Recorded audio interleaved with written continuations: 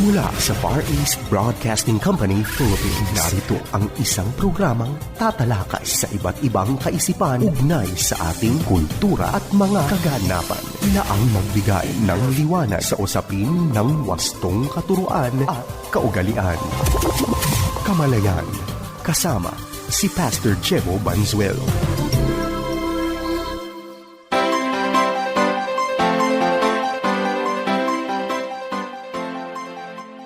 Isang mapagpala at mabiyayang araw mga kapatid. Ito po ang inyong lingkod, Pastor Jebo Banzuelo. At kayo po ay nakikinig sa programang Kamalayan. At syempre tayo po ay nagpapasalamat sa muli na namang pagkakataon na tayo po ay magkasama-sama. Ang atin hong programang Kamalayan ay napapakinggan sa FEBC Radio TV. Tayo po ay napapanood sa Facebook Live at YouTube channel ng 702 DZAS FEBC Radio TV, gayon din sa channel 185 sa GCTV. Yan po ay tuwing linggo alas 7 hanggang alas 7:30 ng umaga. Tayo po ay magpapatuloy sa ating pag-aaral at pag-uusapan po natin patuloy ang tungkol sa pag-asa. Ang pag-asa po ba ay pwede nating i-develop? Ito ho ba ay isang bagay na pwede pa nating ma-improve sa ating sarili? Yan po ang katanungan na ating pag-uusapan sa pagkakataong ito. Kagaya po ng ating natalakay sa mga nakalipas na pag-aaral bilang pasimula ng ating pag-aaral sa bagay na ito, napag-usapan po natin na yung pag-asa ay napakalaking bagay dahil yung pagkakaroon po natin ng pag-asa, yan po ay nagtutulak sa atin na magkaroon ng tamang response sa mga challenges na kinakaharap natin. Sa kadalasang pagkakataon, pagka ang pag-asa po ay wala sa buhay ng isang tao, mapapansin niyo po yung kanyang perception, paano niya hinaharap ang mga problema, yung kanyang reaction, paano siya tumutugon sa mga problema, ay talagang masasabi nating mali-mali na po. Kaya napaka-importante ang wastong pagkaintindi dito po sa pag-asa at kung paano natin lalong pagtitibayin ito. Ang Biblia po, bagamat tinuturuan tayo na hindi sa lahat ng pagkakataon ay exempted tayo sa mga problema, pero meron tayong pag-asa dahil wala mang exemption sa problema. Pero alam natin ang ilang bagay. Una, ang Diyos po natin ay intentional. Nang ibig sabihin po niyan, ipahintulot man niya ang problema, ito po ay palaging merong mataas na layunin. Kaya nga, pag tiningnan po natin, halimbawa sa Hebrews chapter 12, sinasabi po roon na tayo po ay mga anak ng Diyos, tayo po ay dinidisiplina ng Panginoon, para po tayo ay patuloy na palaguin. At yung kanyang pagdidisiplina sa atin, sang-ayon po sa Hebrews chapter 12, ay bilang pagpapakita na tayo po ay tunay niyang anak. Ang sabi nga sa verse 6, sapagkat itinutuwid ng Panginoon ang mga minamahal niya at pinapalo ang mga tinuturing niyang anak. So, nandoon ang pagmamahal, at naroon ang pagturing bilang anak. Yan po ay napakagandang katotohanan. Pangalawang bagay po, doon naman sa John chapter 15. Sa John 15 ay pinag-uusapan po ang pamumunga at yung pamumunga ng sagana. At kailangan natin bigyang linaw na yung pamumunga ng sagana, ito po ang nais ng Diyos. Ang sabi nga sa verse 4, John 15:4, manatili kayo sa akin at ako'y mananatili sa inyo, sapagkat hindi makakapamunga ang isang sanga malibang nakakabit ito sa puno. Ganon din naman, hindi kayo makakapamunga kung hindi kayo mananatili sa akin. So dito po sa verse na ito ay pinapaliwanag sa atin yung importansya ng pananatili. At pinapaliwanag sa atin kung wala yung pananatili, wala yung pamumunga. At later on sa John 15 verse 16, ang sinasaad ng talata po ay ito. Hindi kayo ang pumili sa akin, kundi ako ang pumili sa inyo upang humayo kayo at mamunga ng mga bungang mananatili, sa ganoon anuman ang hingin ninyo sa Ama, sa pangalan ko ay ibibigay sa inyo. So dito po ay pinapaliwanag sa atin na ang layunin po ay tayo po ay magkaroon ng bunga. At ang sabi sa verse 8 na pararangalan ng aking Ama kung namumunga kayo ng sagana. So yun po yun. Dinesign tayo ng Panginoon to worship Him. At yung pagsamba sa Panginoon ay hindi pwedeng ihiwalay sa pamumunga. At ang sabi ng talata, ang pamumunga ng sagana, yan po ang nakapagbibigay karangalan sa ating Panginoon. So ang malaki at mahalagang katanungan, paano tayo mamumunga ng sagana? Ito po, ang sabi sa John 15 verse 2. Umpisahan na natin sa verse 1. Sinabi pa niya, ako ang tunay na puno ng ubas at ang aking Ama ang tagapag-alaga. Ito po, verse 2. Pinuputol niya ang aking mga sangang hindi namumunga at nililinis niya ang bawat sangang namumunga para lalo pang mamunga. So tingnan niyo po ang sinasaad ng talata. Merong partikular na pangangalaga, paglilinis na ginagawa sa mga namumunga para lalo pang mamunga. Nakita niyo po yon? Para lalo pang mamunga. Napaka-importante ng pamumunga ng sagana sapagkat yan po ay nagbibigay luwalhati sa Diyos. Yan po ay ginagawa ng Panginoon sa atin dahil yan ang layunin ng Panginoon sa ating buhay. At ang maliwanag po ay ito ay hindi para gupuin, ilugmok, sirain tayo. Hindi po. Ang layunin po ay lalong mamunga ng sagana. Yan po ang nais ng Panginoon na mangyari sa ating buhay. Kaya makikita niyo po, marahil po ang iniisip ng iba, Lord, bakit naman kung kailan pa ako nagtapat, kung kailan pa ako naglingkod, kung kailan pa ako nagbigay ng buhay, at saka naman nagsipagdami itong mga problema na ito, mga hamon na ito, mga pabigat na ito. Alam niyo, may good news Sapagkat ang sabi ng talata, nakikita ng Diyos yung iyong pamumunga, kaya nga gusto niyang mamunga tayo ng sagana. Madalas ko pong marinig yung tanong na yan. Bakit kung kailan nagtapat, saka nagka-problema? Bakit kung kailan nag-commit at saka dumami yung mga challenges? Actually, ang totoo po niyan, mga kapatid, pag walang partikular na direksyon o layunin ang iyong buhay, hindi mo malaman ngayon kung ano yung hadlang, ano yung pagpapala. Kasi walang direksyon di ba? Parang anything goes. Pagpapala ba ito o hindi? Ito ba ay pag-usad o hindi? Hindi natin malaman. Ngayon, dahil nagkaroon ng linaw pag ikaw ay nag-commit, na-identify mo na ngayon alin yung mga bagay na maituturing na pagpapala at alin yung mga bagay na masasabi nating sumasalungat sa layuning iyon. Kaya ang napakagandang pinapaliwanag po rito, gusto ng Diyos mamunga tayo ng sagana.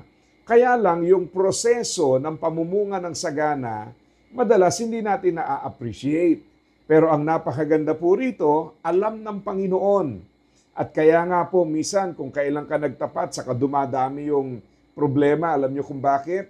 Kasi nga, namumunga ka, ang gusto ng Diyos, mamunga ka ng sagana. Huwag niyo pong iisipin na, huwag na lang palang mamunga. Kasi pag namunga, mahirap, dumadami lalo yung mga challenges. Lalong maliho ang ganyang kaisipan. Dahil ang dapat na maging kaisipan po natin, tinawag tayo para mamunga. So walang ibang option. We have to bear fruit. Ang issue na lang, gaano kasagana yung bunga na yon. Ayan. So baka nami-misinterpret natin at akala natin yung pong pamumunga natin, bakit ang daming problema? Yung pala ang totoo, hindi pala talaga problema yon, kung talaga maintindihan natin, kundi paghubog, paglilinis or pruning para lalong maging mabunga. Yan po ang layunin ng Panginoon sa atin. And then, isa pa, no, paminsan, pag tayo po ay dumaranas ng mga problema, natatanong natin ang Diyos bakit may problema? Bakit may mga kabigatang dumarating? Bakit may mga pagsubok na dumarating sa ating buhay? Alam niyo, minsan, akala natin, Lord, mas makapaglilingkod ako kung wala itong mga problemang ito. Pero tingnan niyo po ito. Dalawang talata yung i-consider natin from 2 Corinthians. Yung una ay 2 Corinthians chapter 1, verse 3. Ang sabi ho ng passage, verse 3 and 4, purihin ang Diyos at Ama ng ating Panginoong Kristo. Siya'y maawaing Ama at Diyos na laging nagpapalakas ng ating loob. Okay, ito po yung verse 4. Pinalalakas niya ang ating loob sa lahat ng ating paghihirap upang sa pamamagitan ng lakas ng loob na ibinigay sa atin ng Diyos ay mapalakas din natin ang loob ng ibang naghihirap. Nakita niyo po yon? Kung sa isip natin, Lord, kung wala tong problemang ito, mas madali magministeryo. Kung wala ang problemang ito, mas maginhawa maglingkod. Napakaganda yung sinabi, ano? Pinapahintulot pala ng Panginoon, hindi para limitahan ang paglilingkod. Baliktad pa nga, para palawakin. Naku, napakatotoo niyan. Naalala ko po nung ako'y na brain tumor nung 2018. Yung iba ho sa inyo, alam yung istorya niyan. Alam niyo po, after what happened, dumami yung ministeryo sa mga may karamdaman, sa mga may pinagdadaanan. I was invited to share my testimony and then to pray for people, to talk to people, to counsel people, to comfort people who are going through the same or similar challenges. Kakaiba no? Yung akala mo na nililimitahan ka, nag-e-expand ng ministry. Marami na po akong nakausap, nakita, nasaksihan. Sa gitna ng kanilang mga pagsubok, sila po'y nakapagmiministeryo effectively and powerfully. At bakit po? Sapagkat ang sabi nga ng talata ang Diyos po natin ay laging nagpapalakas ng ating loob at pinalalakas niya ang ating loob sa lahat ng paghihirap upang sa pamamagitan ng lakas ng loob na ibinibigay sa atin ng Diyos ay mapalakas din natin ang loob ng ibang naghihirap. Ayan. So nare-realize pala natin, paraan din ng Panginoon ito to expand our ministry, to equip us for bigger and wider ministry. Ito pa, sa 2 Corinthians chapter 12, very familiar po ito sa napakarami sa atin. Ang babasahin ko po ay verse 8 hanggang doon sa verse 10. 2 Corinthians chapter 12, verse 8 to verse 10. Before I read, ito po ay bahagi na kung saan si Pablo po ay may tinatawag na tinik sa laman or thorn in the flesh. At ang kanyang kahilingan ay maalis itong tinik sa laman. And maybe in his thinking, kung walang karamdaman, kung wala itong pahirap na ito, then I can serve better, I can minister better, it would be easier to do ministry. At marahil po ganun nga, di ho ba? Kung walang sakit, baka mas madali maglingkod. Kung walang pasakit, di mas madaling makagalaw. Pero tingnan niyo po ang nangyari sa kanya. Sabi po sa verse 8, 3 beses akong nakiusap sa Panginoon na alisin ito sa akin. Verse 9, ngunit sinabi ng Panginoon sa akin, sapat ang biyaya ko para sa iyo sapagkat ang kapangyarihan ko'y nakikita sa iyong kahinaan.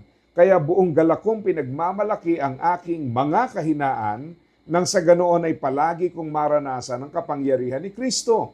Dahil dito, nagagalak ako sa kabila ng aking kahinaan, mga panlalait, mga pasakit, pag-uusig, sa mga paghihirap, alang-alang kay Kristo sapagkat kung kailan ako mahina, saka naman ako pinalalakas ng Diyos. Nakita niyo yon? He prayed to the Lord 3 times. Alisin mo ito. Pero tingnan niyo yung naging sagot ng Panginoon. Hindi inalis. Pero sabi ng Panginoon, my grace is sufficient for you. Nagbago ba hindi po naalis yung kanyang piniksalaman, pero nagbago. Nagbago ang pananaw ni Apostol Pablo sa kanyang piniksalaman. At ang sabi niya, buong galakong pinagmamalaki ang aking mga kahinaan nang sa ganoon ay palagi kong maranasan ang kapangyarihan ni Kristo. So baka ikaw din sa mga sandaling ito ay napapatanong, Lord, bakit naman kung kailan pa nagtapat at saka naman dumami ang problema? Sabi nga natin kanina kasi nga tapat ka. Huwag mong sukuan ang pagiging tapat. Pagpatuloy mo kasi nga ang layunin ng Diyos habang nagtatapat tayo, hinuhubog para yung kapasidad ay maging handa sa mas malawak na paglilingkod na bubuksan ng Panginoon para sa atin. Kasi hindi lang naman concern ng Panginoon yung ginagawa natin para sa Kanya. Ang concern din ng Panginoon yung kahandaan natin para gawin ito ng tama. Yan po ang challenge diyan. Kaya nga, para sa atin bilang mga mananampalataya, napakaganda nung sinasabi nung passage na tayo po ay inihahanda for greater ministry. We need greater capacity to do greater ministry. At dito naman makikita natin, maraming sagot ang Panginoon. Sometimes He removes the problems, but sometimes He gives us His grace. At sapat ang biyaya para makapagpatuloy sa gawain o ministeryo na pinagkakatiwala ng Panginoon sa atin. Kaya napakaganda, no? Ganun pala ang pagkilos ng Diyos. Kaya ako inaakala mo na parang, Lord, nililimitahan mo ba? Ay hindi po. Intentional ang Diyos. May pamamaraan ng Diyos. At ang napakagandang bagay po, itong mga bagay na ating pinagdadaanan ito ay pinapahintulot ng Diyos para lalo ho tayong maging kagamit-gamit sa kanyang ministeryo. Sabi nga pag tinignan po natin yung hope by definition, ito po ay confident expectation. Okay? At yung confident expectation na yon is because of Jesus Christ, our hope. Yan po ang sinasandigan ng ating pag-asa. Meron tayong kapanatagan because of Jesus Christ. Kaya kung tayo po ay dumaraan sa mga pagsubok, tandaan mo, yung inaakala mong paglilimita baka pagpapalawak. Yung inaakala mong iisa lang ang solusyon, tanggalin ang problema, abay hindi pala, meron palang ibang paraan ng ating Panginoon. Yung akala mong pahirap, yung pala ay proseso na magdadala sa mas malawak na paglilingkod sa ating Diyos. At ito naman ang ating assurance. Ang sabi po sa 1 Corinthians chapter 10, verse 13. Napakagandang passage po nito. Walang pagsubok na dumarating sa inyo na hindi naranasan ng ibang tao. Ngunit, maaasahan natin ang pangako ng Diyos na hindi rin niya tayo pababayaang subukin ng higit pa sa ating makakaya.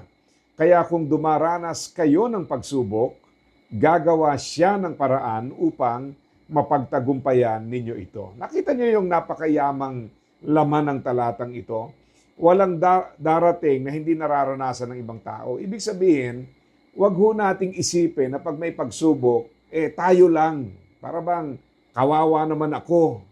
Parang sinisingle out ka. Hindi po. Dumarating sa lahat ng tao yan. In fact, etong isang napakahalagang tatandaan, yung nagtatapat sa Panginoon at saka yung hindi nagtatapat sa Panginoon, parehas may pagsubok yan. Kaya wag niyong iisipin na wag na lang kayo maging tapat dahil total nagtapat kayo at saka nagkapagsubok. Imagine niyo, hindi na nga kayo tapat, saka pa kayo may pagsubok. Sinong kakampi niyo ron? Pero kung kayo po ay tapat at may pagsubok, panatag tayo because we know we are at the very center of God's will. Ang sabi nga ng isang preacher, failure, if it is within God's will, is success. Success, if it is outside of God's will, is actually failure. Kaya wag ho tayo panghinaan ng loob sa bagay na yan. Pangalawang bagay po dito, alam ng Diyos yung capacity natin. Alam niyo, nakakatuwa ito, no? Kung kayo po ay mahilig sa exercise, halimbawa nag-gym kayo, alam ninyo na too little is not good. Too much is also not good. Yan ang mahirap sa exercise Yung masyadong konti, wala halos epekto. Pag nasobrahan naman, injury.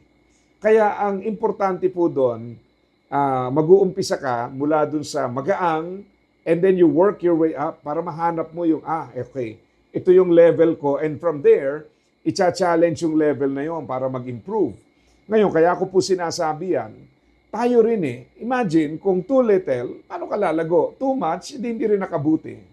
Kaya alam ng Panginoon yung sakto para palaguin tayo dahil ang goal niya ay hindi yung bigyan ka lang ng problema, hindi yung ilugmok ka, ang goal niya is for us to grow spiritually. Kaya yan po ang sinasabi ng talata.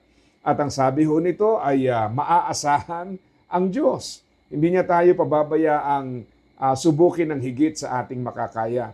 At hindi lang yon, tapat ang Diyos. Akala ho kasi natin, pagka ang sitwasyon ay nagbabago, baka ang Diyos ay nagbabago rin. Yan po ang usual thinking ng tao Nagbabago sitwasyon, baka ang Diyos nagbabago. Pero ang assurance po natin, tapat ang Diyos. Ang ibig sabihin ng tapat ang Diyos, hindi siya nagbabago.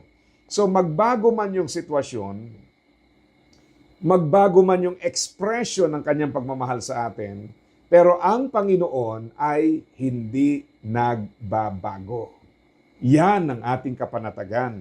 Yan ang ating pinanghahawakan. Yan po ang katiyakan natin. Kaya napakaganda po ng paalala. Sabi pa nga, gagawa siya ng paraan upang mapagtagumpayan nyo ito. Okay? Hindi para alisin yung problema, kundi para mapagtagumpayan. So, sometimes God will remove the mountain, but sometimes God will give you strength to overcome the mountain. So, ang importante doon is, anuman ang kalooban ng Diyos, yun ang panghawakan dahil yun ang pinakamainam. Kaya hindi ba napakaganda ho ng pagkakaroon ng pag-asa?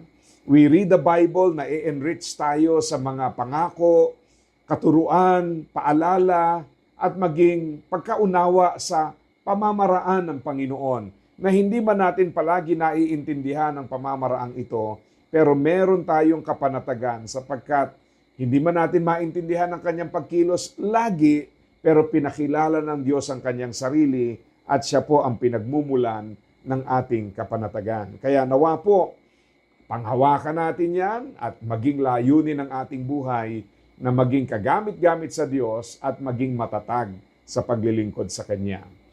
Muli mga kapatid, ito po ang programang Kamalayan na napapakinggan sa FEBC Radio TV at napapanood sa Facebook Live at YouTube channel ng 702 DZAS FEBC Radio TV, gayon din sa channel 185 sa GCTV. Ito po ang inyong lingkod, Pastor Jebo Banzuelo, pansamantalang nagpapaalam at nagpapaalala sa bawat isa na ang buhay na ginagamit ng husto at wasto ay walang pagsisisi pagdating sa dulo. God bless po sa inyong lahat. Iyong napakinggan ang Kamalayan. Para sa iyong mga tanong, komento at suhestyon, mangyaring bumisita sa ating Facebook fanpage, Kamalayan FEBC, o mag-email sa kamalayan@dzas.febc.ph.